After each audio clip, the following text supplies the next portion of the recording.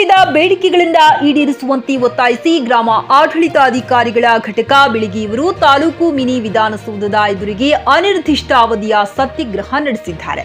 ಇಲಾಖೆಯಿಂದ ಅಭಿವೃದ್ಧಿಪಡಿಸಿರುವ ಸುಮಾರು 17 ಅಧಿಕ ಮೊಬೈಲ್ ವೆಬ್ ತಂತ್ರಾಂಶಗಳ ಮೂಲಕ ಕರ್ತವ್ಯ ನಿರ್ವಹಿಸಲು ಒತ್ತಡ ಹೇರುತ್ತಿದ್ದು, ಈ ತಂತ್ರಾಂಶಗಳ ನಿರ್ವಹಣೆಗೆ ಅವಶ್ಯವಾಗಿರುವ ಮೊಬೈಲ್ ಸಾಧನ ಹಾಗೂ ಲ್ಯಾಪ್ಟಾಪ್, ಅದಕ್ಕೆ ಅವಶ್ಯವಾಗಿರುವ ಇಂಟರ್ನೆಟ್ ಹಾಗೂ ಸ್ಕ್ಯಾನರ್ಗಳನ್ನು ಒದಗಿಸದೆ ಕರ್ತವ್ಯ ನಿರ್ವಹಿಸಲು ಒತ್ತಡ ಹೇರುತ್ತಿರುವುದರಿಂದ ಕ್ಷೇತ್ರ ಮಟ್ಟದಲ್ಲಿ ಅಧಿಕ ಒತ್ತಡದೊಂದಿಗೆ ಗ್ರಾಮ ಆಡಳಿತಾಧಿಕಾರಿಗಳಿಗೆ ಸಾವು ನೋವು ಆಗುತ್ತಿದೆ ಎಂದರು. ತಮ್ಮ ಅನಿರ್ದಿಷ್ಟ ಮುಷ್ಕರವನ್ನ ನೋಡಿ ಸರ್ಕಾರ ಕೂಡಲೇ ತಮ್ಮ ಬೇಡಿಕೆಗಳನ್ನು ಕಲ್ಪಿಸಬೇಕೆಂದು ಒತ್ತಾಯಿಸಿದರು.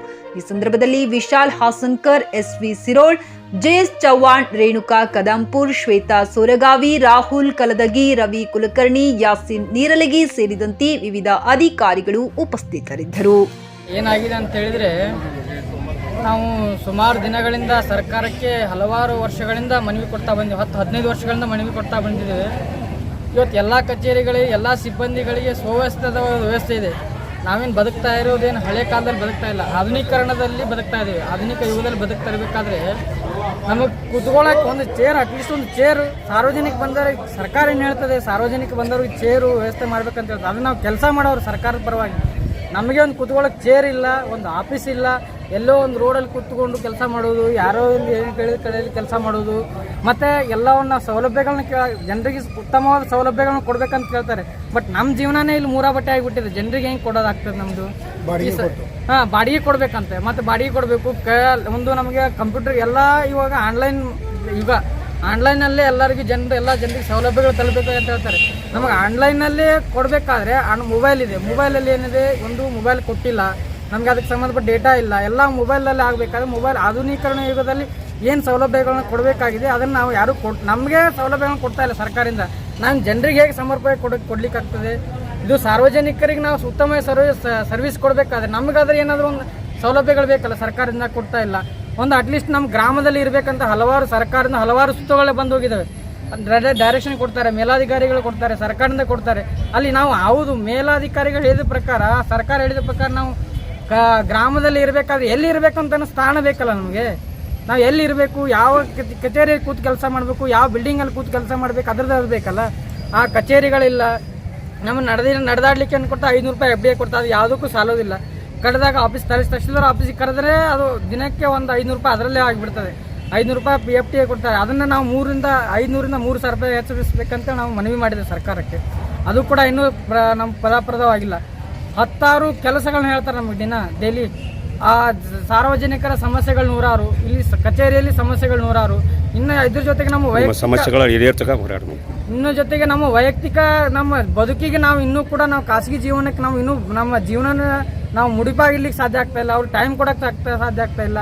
ಇಲ್ಲಿವರೆಗೂ ನಮ್ಮ ಸಮಸ್ಯೆಗಳನ್ನ ಪರಿಹಾರವಾಗಿದೆ. ಅವು ಜ್ವಲಂತ ಸಮಸ್ಯೆಗಳಾಗಿ ಉಳಿದ ಹೊರತು ಅವನ್ನ ಪರಿಹಾರ ಮಾಡೋಕ್ಕೆ ಇನ್ನೂವರೆಗೂ ಯಾರೂ ಕೂಡ ಬಂದಿಲ್ಲ. ಅದಕ್ಕಾಗಿ ನಾವು ಇವತ್ತಿನ ದಿನ ನಾವು ತಾಲೂಕು ಕಚೇರಿಗಳಲ್ಲಿ ನಾವು ಪ್ರತಿಭಟನೆ ಸ್ಟಾರ್ಟ್ ಮಾಡಿದ್ದೇವೆ. ಮುಂದಿನ ದಿನ ಜಿಲ್ಲಾ ಕೇಂದ್ರಗಳಲ್ಲಿ ಹಾಗೂ ಸಂಘದ ನಿರ್ದೇಶನ ಪ್ರಕಾರ ನಾವು ರಾಜ್ಯ ಮಟ್ಟದಲ್ಲಿ ಕೂಡ ಪ್ರತಿಭಟನೆ ಮಾಡೋರಿದ್ದೇವೆ.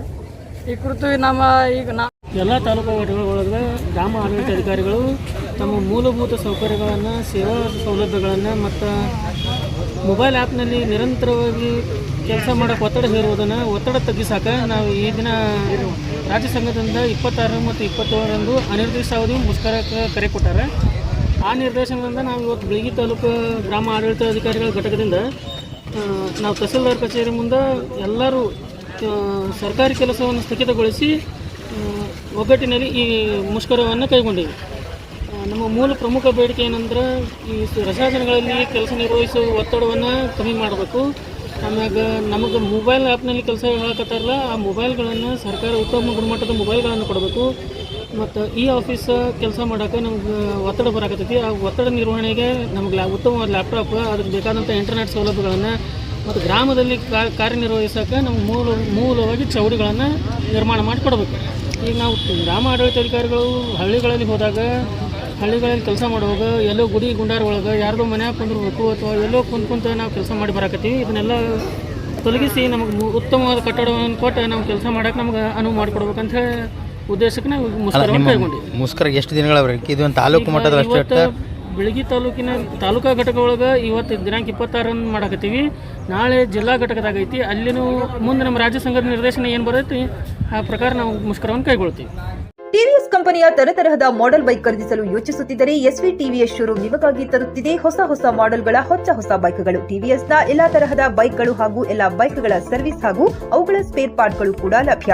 ಹಾಗಿದ್ರೆ ಹಿಂದೆ ಭೇಟಿ ನೀಡಿ ಎಸ್ವಿ ಟಿವಿಎಸ್ ಶೋರೂಮ್ ಮಾಲೀಕರು Lokesh RJ, Bharat petrol bunk ಎದುರುಗಡೆ, ನಾಗಲಕ್ಷ್ಮಿ ದಾಬಾ ಹತ್ತಿರ, ಗುಲ್ಬರ್ಗಾ ರೋಡ್, ಹುಮ್ನಾಬಾದ್.